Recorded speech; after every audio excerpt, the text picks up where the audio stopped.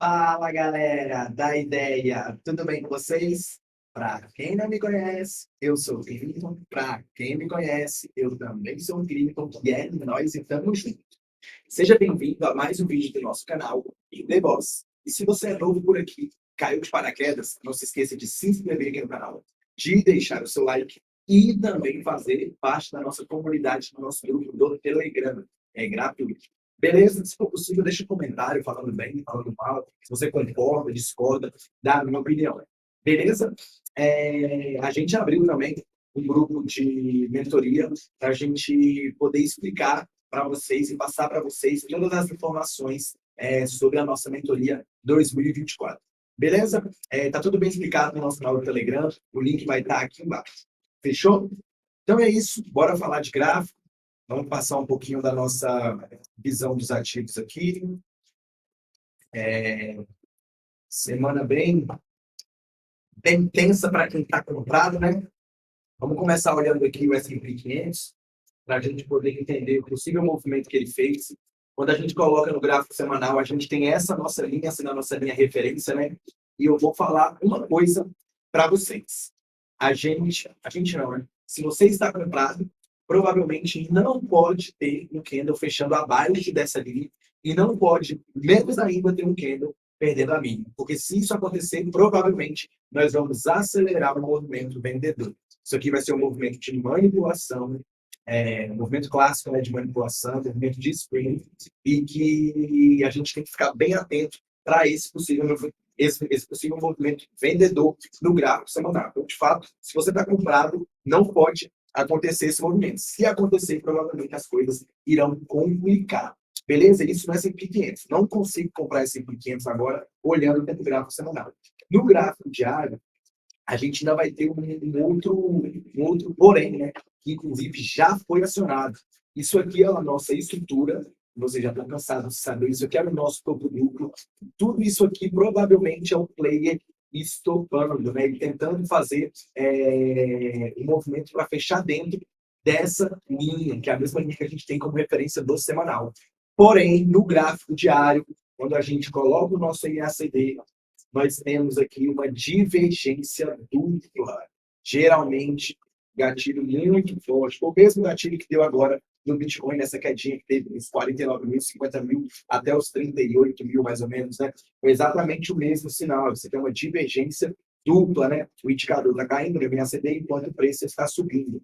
Foi ativado nessa barra de ontem, né? Hoje, de madrugada, já abriu, seu stop teria que estar aqui em cima, então o movimento vendedor no S&P 500 já está acontecendo pelo gráfico diário, o objetivo é pelo menos de testar essa região aqui embaixo pelo gráfico diário, beleza? Quando a gente fala de Nasdaq, a gente vai ter um movimento bem parecido, só que no semanal a gente tem a mesma região de máxima aqui, né?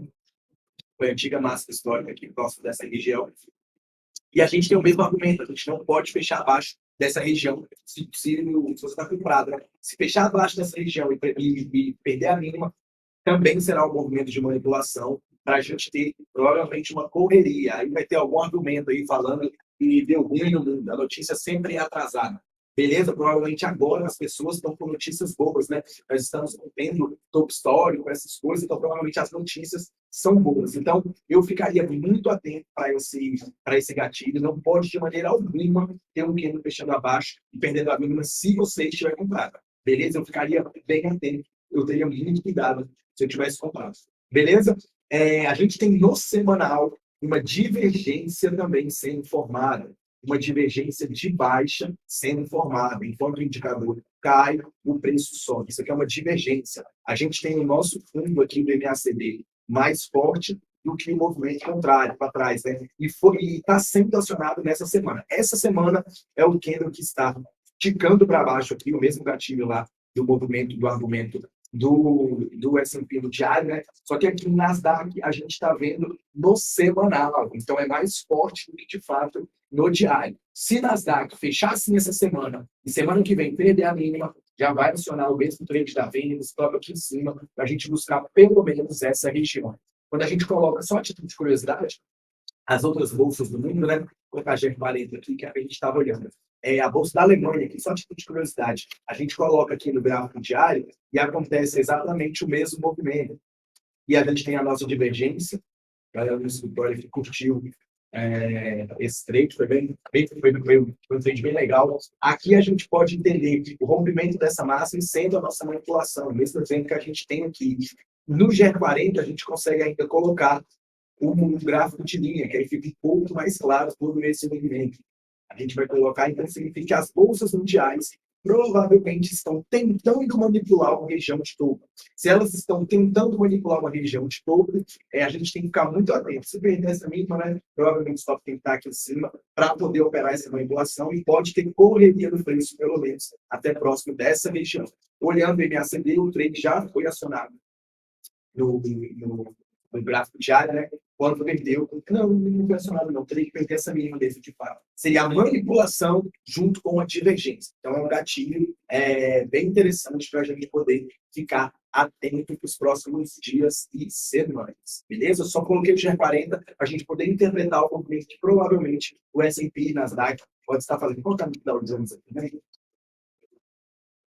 Dow Jones a gente pode colocar aqui, Dow Jones está até um pouco mais forte, né? Está lendo menos. A de Dow Jones hoje é até mais forte do que do restante do movimento na nossa estrutura. Enquanto do S&P é lá embaixo, a gente já tem aqui a estrutura de Nasdaq sendo próximo dessa região. Aqui foi onde o player provavelmente tem que brigar pela primeira vez para tentar manipular, né, essa região. Não conseguiu fechar abaixo, então provavelmente aqui pode ser um novo ponto para ele tentar fazer essa manipulação, movimento de swing que a gente já conhece. Beleza? Mesmo o argumento, a questão da divergência, está bem forte aqui. Por mais que ainda não tenha acionado o gatilho de venda, né? A venda da mínima, de fato, vai acionar esse gatilho. Se acionar, eu ficaria bem atento para esses movimentos. Beleza? Vamos olhar o DXY. Aqui. Para a gente ter alguma noção, o DXY, provavelmente, né, a gente teria que ter o DXY uma ponta contrária. Né? A gente teve o movimento, que foi o movimento próximo dessa região de fundo pelo gráfico semanal, que a gente entende todo esse movimento aqui sendo a nossa região de referência, né? Isso aqui para a nossa manipulação, isso aqui para o play provavelmente defender o médio na expectativa de romper essa região de topo. Então, se de fato acontecer isso no movimento do DXY, a gente pode ter o movimento se confirmando nas bolsas. Eu ficaria bem atento para esse possível movimento no DXY. Então, o gráfico diário aqui, a gente pode entender aqui uma nova região, né, de uma estrutura fundamentada aqui, para a gente entender o possível rally, base, rally, e mais uma base. Pode ser uma base para distribuir ou uma base para reacumular e continuar subindo pelo semanal para ir lá romper essa região de topo. Beleza? Provavelmente aqui também a gente vai sofrer alguns possíveis pontos de parada de preço. Aqui, de fato, é um ponto de interesse vendedor para o curtíssimo prazo, né? Para a gente entender, pegar um movimento de 2, 3, 4 para 1 e trade mais rápido.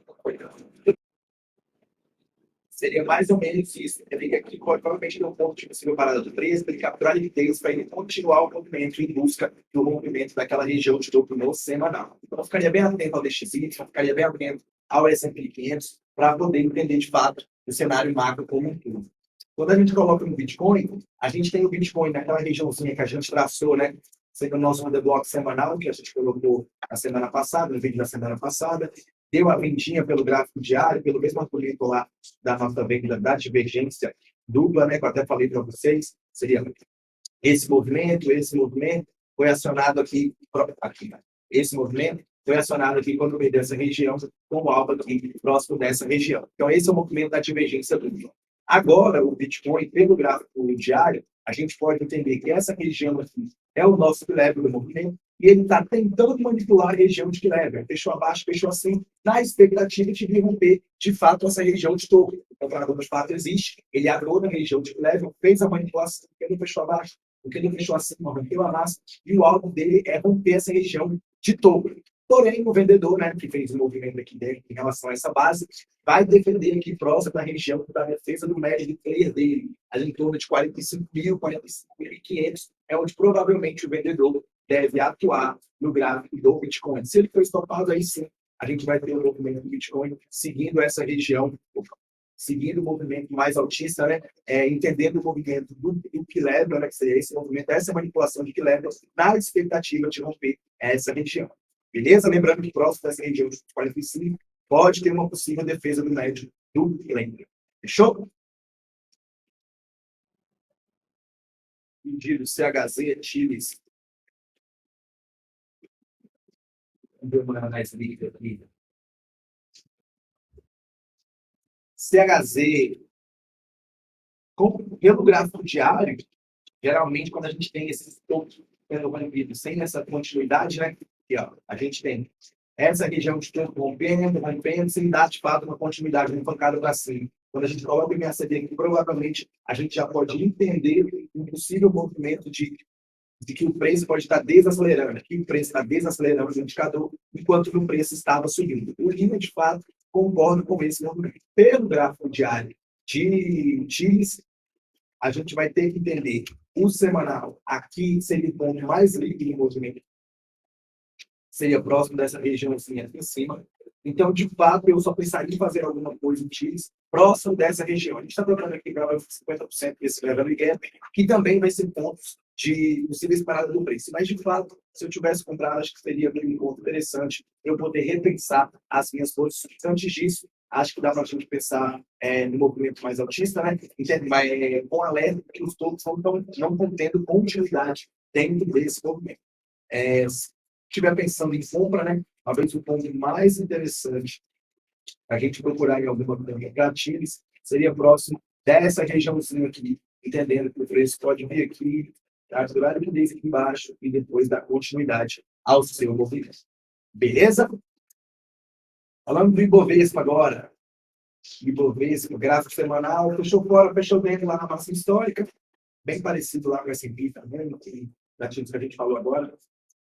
Fechou acima da máxima histórica, fechou acima, fechou abaixo, o trade do semanal está rolando, o alvo do semanal de fato é só próximo dessa região, a gente falou no vídeo passado, mas no gráfico diário, no gráfico de intraday, essa região seria um de possível parada do preço, né? E de fato foi o que aconteceu quando você coloca aqui até os 60 níveis. Você consegue interpretar essa região aqui que a gente falou na semana passada, que provavelmente seria um ponto de possível parada de preço, ele captura a liquidez próximo dessa região, segue o movimento até a próxima região, que seria esse movimento de drop, base, drop. Agora, essa região provavelmente é uma região vendedora. É esse ponto, né, que a gente tem, é uma região de oferta, onde o player provavelmente ia defender a sua posição na expectativa de romper essa região aqui. Não é fundo, isso aqui é só liquidez, é só ruído do movimento, na expectativa de ele vir continuar o movimento de baixa através do gráfico semanal. Fechou? Dólar futuro, a gente tem um dólar aqui. A gente tem um dólar aqui tentando, né, provavelmente, fazer um movimento de acumulação aqui do preço. Opa, vou colocar de outra coisa.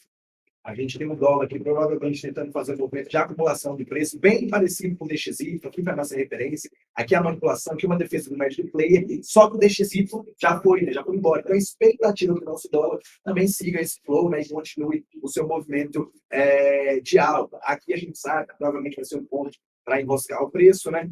Mas entendendo que o movimento é bem parecido com o gráfico do DXY, né? A mesma região de referência, de manipulação, de defesa do médio, é que ele provavelmente, a expectativa maior é que ele replique esse movimento. Aqui provavelmente vai ser um ponto onde ele vai sofrer possíveis pontos de parada do preço, e o objetivo do dólar, assim como o DXY, é ir lá tentar romper essa região de topo. Não mudou nada da última semana para cá. Inclusive, a gente está praticamente na mesma região ainda. Fechou? Pedido para a gente olhar Shu 4. Vamos olhar aqui rapidinho, Shu 4. Tentando montar aqui uma possível liquidez aqui próximo dessa região. A gente pode entender que esse aqui seria o POI mais válido, né, dentro desse movimento, né, de alta. Aqui provavelmente é onde ele montou o Ipollow, e aqui ele está tentando montar uma manipulação dentro do Ipollow. Eu traçaria a minha linha e esperaria um candle fechar acima dessa região. Fechando acima e rompendo a máxima, eu seria parceiro na compra para tentar levar o preço de juros próximo aqui dessa região vendedora. Com certeza aqui, se aconteceu esse candle fechando acima, um trade aí bem lucrativo, com certeza acima de 3 para 1, 4 para 1, um risco de retorno bem favorável. Vender aqui chute infelizmente eu não consigo, dentro dessa região de demanda, né, eu não consigo vender. Por mais que se essa região for escopada, vai dar uma pancada para baixo, mas eu não quero pagar para ver. Eu entendo que regiões de demanda a gente compra e a gente vai procurar vender em regiões de oferta, beleza? CSAN, COSAN, gráfico semanal e diário. Vamos ver o semanal primeiro. Semanal a gente está tentando, né, vir aqui próximo dessa regiãozinha aqui que foi. Opa,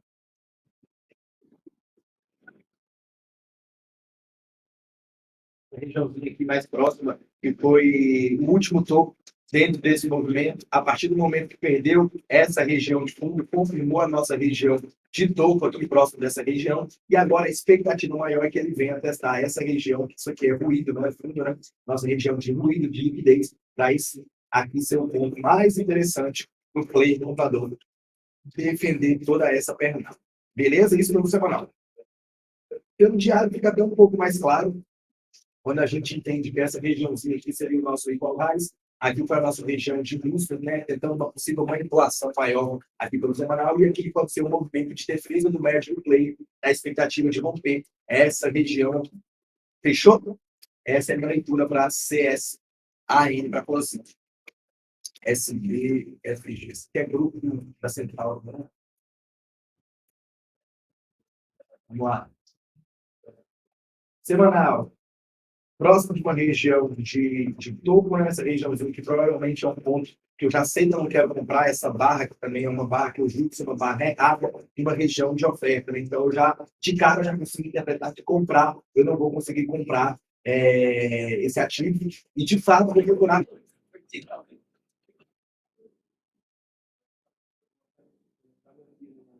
Gráfico diário, talvez fique até um pouco mais claro, todo esse movimento aqui pode ser o nosso último point válido, né, dentro dessa região. Qualquer movimento de manipulação, fechando acima, fechando abaixo, eu seria parceiro pensando em argumentos vendedores. Comprar aqui, infelizmente, não consigo. Beleza? IFCN. Na lateral, não tem muito o que fazer. De cara, a gente consegue interpretar que aqui seria a região vendedora, né? Se manipular aqui em cima, a gente vai tentar vender. Se manipular aqui embaixo, a gente vai tentar cambiar. Esses seriam os meus gatilhos para comprar e esse é o meu gatilho para vender. Não tem muito o que a gente fazer dentro dos modelos que eu opero. De fato, eu esperaria essas extremidades para poder fazer alguma coisa. Beleza? Gafisa. Semanal. Gafisa é bem complicado, né? Essas regiões, perder essa região de fundo, tá confirmando essas regiões aqui, né? Mas fica até difícil para a gente poder operar. Comprar Gafisa aqui agora, infelizmente, eu não consigo comprar, né? Se eu fosse fazer alguma coisa, talvez eu procuraria um argumento vendedor, mas até para vender, talvez candle de 15, 20% do dia, outro mais 15, 20% do dia. Então, fica mais complicado, fica até difícil a gente tentar fazer alguma análise de grafismo. Lembrando que a gente tem que essa região aqui pode ser o último point válido dentro desse movimento. Então, de cara, se tocasse aqui, se eu tivesse comprado, provavelmente eu estaria procurando argumento para zerar as instituições compradas, né? E se eu quisesse vender, de fato, estaria tocando próximo da região ali de, sei lá, 17, 18 reais, 19 reais, já seria interessante para eu poder pensar em vendas. O gráfico, de fato, bem confuso, né? Essas barras de 15, 20% de alta no dia, 20, 30% de queda no outro, fica bem complicado. Talvez até tenha ativos mais fáceis para a gente poder operar. Beleza? Local web. Local web está fazendo um movimento que é algum ativo que a gente falou hoje, não vou lembrar, logo alguém eu esqueci. Provavelmente aqui seria um movimento de manipulação e nessa região, sendo a nossa região de locais, né, nossa referência, está tentando a manipulação. Caso eu a máxima, pode ativar um trade a favor do movimento comprador dentro dos modelos que a gente opera, para buscar pelo menos próximo dessa região aqui. De fato, o local web é um trade e se acionar amanhã, né, pode ser um trade para a gente ficar de olho, para tentar levar próximo dessa região ali dos R$ 7,00, 7,50 para o local web. Beleza? Tocando aqui próximo dessa região desse último do bloco válido também. Está bem interessante esse trade aqui em local web. Eu comprei na massa, a gente colocar os campos e tentar buscar o alvo de pelo menos 2 para 1, 3 para 1, tranquilamente. Bem bonito esse trade, inclusive. E GGBR, GBR. GBR tentamos fazer bem similar a local web que a gente falou agora, tentando montar essa região de estrutura, tentando manipular. Ontem fechou acima, mas hoje, essa semana passada fechou acima, mas essa semana ainda não conseguiu fechar acima. Se fechar acima, de fato, dá para a gente poder pensar em uma compra, pelo menos, até próximo dessa região. Enquanto não romper essa máxima, né, infelizmente não tem gatilho, não, de fato, não consigo, não preciso, né, nem olhar o gráfico diário, porque de fato o gráfico semanal é o que vai ser o meu termômetro aqui, entendendo que a máxima da semana não foi rompida. Vender, Gerdau, infelizmente, eu não consigo mais vender. Se eu tivesse que pensar em alguma venda, eu pensaria em venda apenas próximo dessa região.